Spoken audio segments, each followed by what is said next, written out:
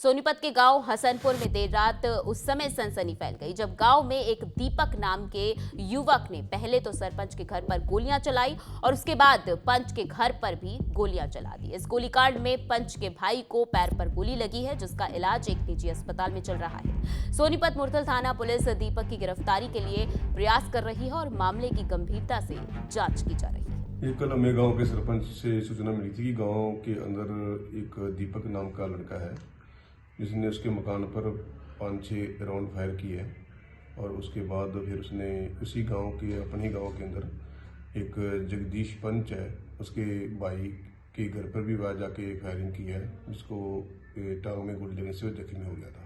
उन्हें अभी गिरफ्तार नहीं किया गया क्योंकि इसमें टीमें लगाई गई। रात का हम उसकी गिरफ्तारी के लिए 2-3 टीमें लगाई गई, लगातार उसकी सर्च जारी है। जो मुताबिक अभी तक फर्स्ट इन्वेस्टिगेशन में यह आया कि गांव के किसी पंचायती जगह पे ऊपर उसने खोखा रखने की चाय के कारण वो सरपंच उसकी कहा सुनी है कल शाम को, तो इस एवज में इनके आपस में थोड़ा झगड़ा विवाद बढ़ गया।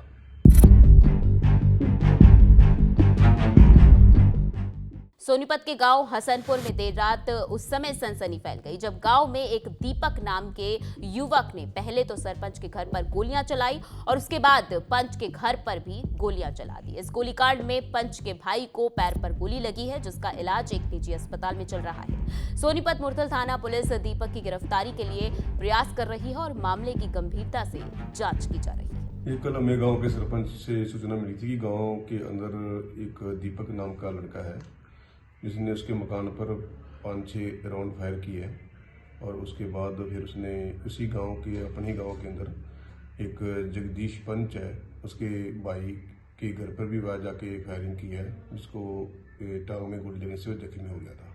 उन्हें अभी गिरफ्तार नहीं किया गया क्योंकि इसमें टीमें लगाई गई। रात का हम उसकी गिरफ्तारी के लिए 2-3 टीमें लगाई गई, लगातार उसकी सर्च जारी है। जो मुताबिक अभी तक फर्स्ट इन्वेस्टिगेशन में यह आया कि गांव के किसी पंचायती जगह पे ऊपर उसने खोखा रखने की चाय के कारण वो सरपंच उसकी कहा सुनी है कल शाम को, तो इस एवज में इनके आपस में थोड़ा झगड़ा विवाद बढ़ गया।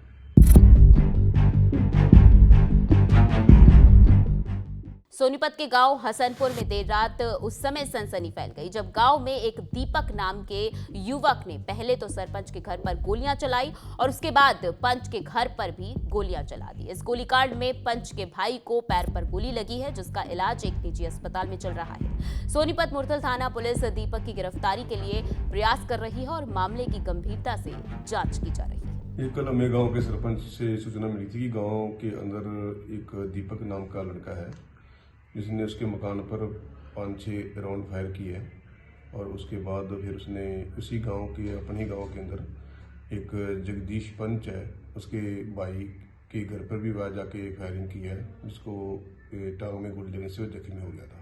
उन्हें अभी गिरफ्तार नहीं किया गया क्योंकि इसमें टीमें लगाई गई। रात का हम उसकी गिरफ्तारी के लिए 2-3 टीमें लगाई गई, लगातार उसकी सर्च जारी है। जो मुताबिक अभी तक फर्स्ट इन्वेस्टिगेशन में यह आया कि गांव के किसी पंचायती जगह पे ऊपर उसने खोखा रखने की चाय के कारण वो सरपंच उसकी कहा सुनी है कल शाम को, तो इस एवज में इनके आपस में थोड़ा झगड़ा विवाद बढ़ गया।